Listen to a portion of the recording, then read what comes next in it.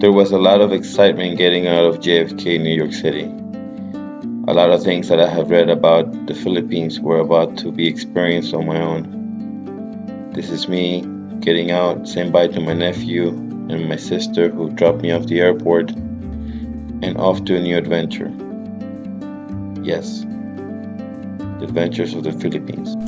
14 hours later, I was in Beijing, China, where I was connecting to my flight to Manila, and also where I almost missed my flight by like 5 to 8 minutes. Not because of my responsibility, but because my flight was delayed in New York City and the long lines of doing the immigration in China.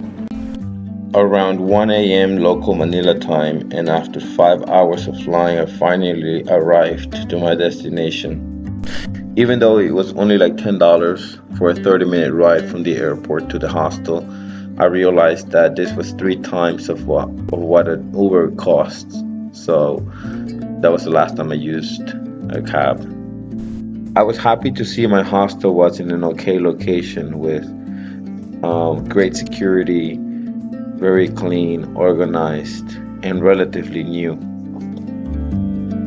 After putting my stuff to charge, I quickly went upstairs to the bar, to the last floor, and only to realize the bar was closing in like 5 minutes, so I couldn't even get a beer. But this was the view from where I'm staying that night. It felt surreal to finally be in this foreign land, still jet lagged, and with a lot of excitement to explore this new adventure. I walked around the neighborhood to get some breakfast. It's not straightforward to find, but eventually I found a place to eat breakfast where locals would eat.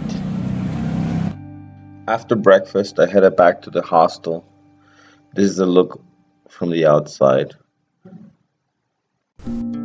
I met up with Phil after that, my realtor in Philippines, who is helping me buy a condo in Manila.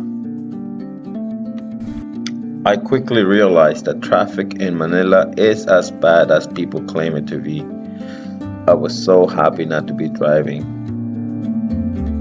With the help of Phil, I went to a Filipino restaurant to try pork adobo and pinape. Since it was relatively early and I still had time before the day ended, I decided to go to Tagaytay to see a volcano that Phil recommended as a place to see.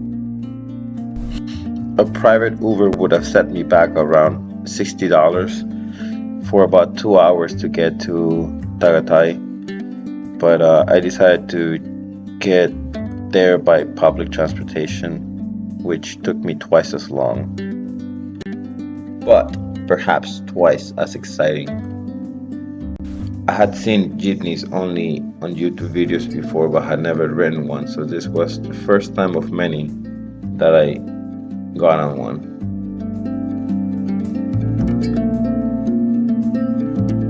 There was definitely a lot more excitement to ride this bad boy.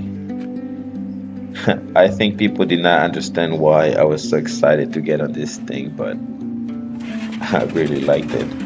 I feel like it's really unique. You're like a little bit cramped. There's like, you can fit a couple of people in here. This is a view from the inside of riding inside it, and pretty cool. And finally, I arrived Sky Ranch, where you see the beautiful volcano called Taal Volcano Island.